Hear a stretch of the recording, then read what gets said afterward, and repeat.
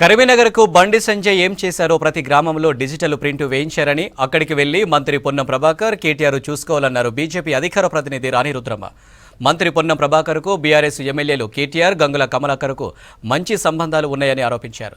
బండి సంజయ్ మీద మంత్రి పొన్నం ప్రభాకర్ ఎంపీగా పోటీ చేసి గెలవాలని సవాల్ విసిరారు బీజేపీ రాష్ట్ర అధికార ప్రతినిధి విఠల్.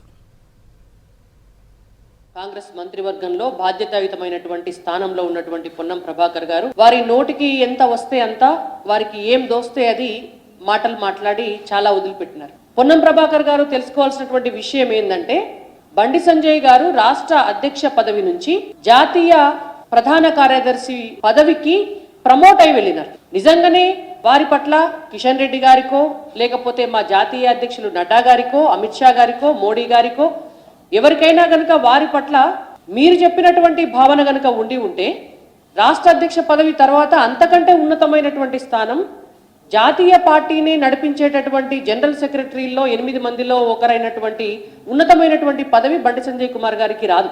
మీరు జాతీయ పార్టీలనే పుట్టి జాతీయ పార్టీలనే పెరిగినోళ్ళు, మీకు గాయంత తెలియకపోతే మరి దానికి ఎవలం ఏం చేయలేం.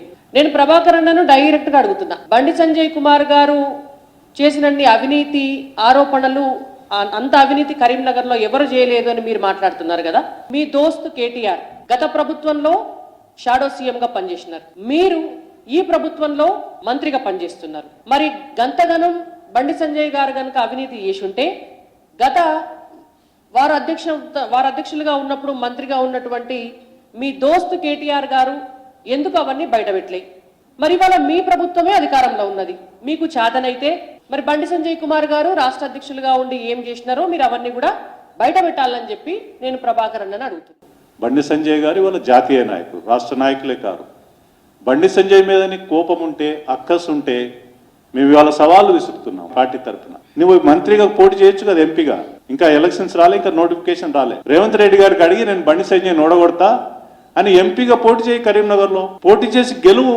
బండి సంజయ్ మీద నీకు అక్కసు ఉంటే, కోపం ఉంటే మీకు ఎంపీగా పోటీ చేయి, గెలవండి. చిల్లర మాటలు, అవాకులు చవాకులు మాట్లాడితే మీ స్థాయిని మీకు దిగజార్చుకున్న వాళ్ళు అవుతారు తప్ప ఈ రకమైనటువంటి మాటలు ప్రజలు నమ్మరు. బండి సంజయ్ గారి స్థాయి ఏంటో, వారి గొప్పతనం ఏంటో, వాళ్ళ పోరాట పటిమ ఏంటో ఇవాళ దేశమంతా తెలుసు, రాష్ట్రంలోనే కాదు. కాబట్టి ఇట్లాంటి చిల్లర మాటలు మాట్లాడితే మీరే చీప్ అవుతారని చెప్పదలుచు.